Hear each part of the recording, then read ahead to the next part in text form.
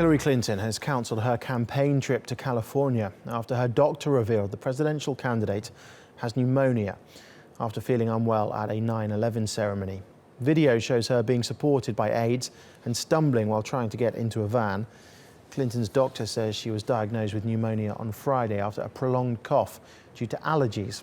In a statement, her doctor says she is now recovering nicely. How are you feeling, Secretary Clinton? Great. Well, later on Sunday, Hillary Clinton emerged from her daughter's home in New York and told reporters that she was feeling great.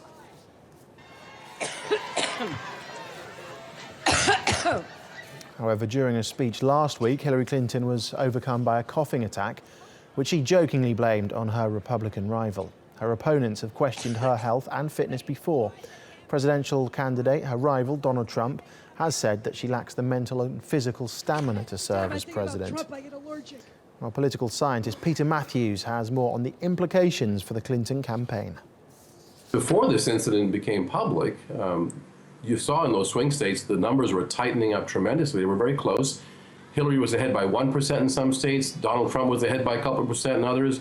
Hillary generally had about a 2% lead in several swing states, but that's a very, very small margin of lead. And once this incident occurred, wait till we see the polls coming up this week. The beginning of the week, we'll look at the polling data from those swing states. And that will tell us whether they're going to go the opposite direction against Hillary or stick with her. They're going to have a very fine line or rope to walk over because, don't forget, Hillary was scheduled to come to California tomorrow for a fundraiser, I believe. That's been canceled. So if they're canceling trips and campaign events, they're going to have to let her rest and get better if it's pneumonia and completely recover.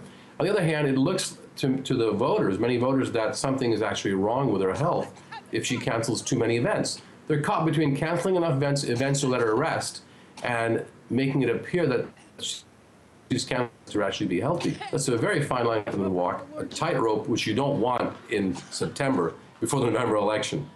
It's very problematic because Donald Trump has been hammering her about her trustworthiness, about her health, and that's a problem that many of the voters see, that they want to be able to trust her more. I must say, though, in our own right, that Donald Trump himself is not very trustworthy. If you look at the numbers and the polling data, it's in the higher 50% rates that both of them are untrusted by the voters. So this is the problem for Hillary, though, more so than Donald Trump, because it's not his health that's in question right now. Let's see what happens and how the voters will take this. But it's very important to note, the American election is state by state with the Electoral College. It's not the national popular vote. So in the swing states or border states that can go either way, for example, Pennsylvania, states such as Ohio and Florida, those states are very close. Both candidates are very close, neck and neck. If even 1% of the voters has questions about Hillary's health and decides to vote against her based on that or swing over to Trump, that's a disaster for Hillary because then she'll lose all those electoral votes.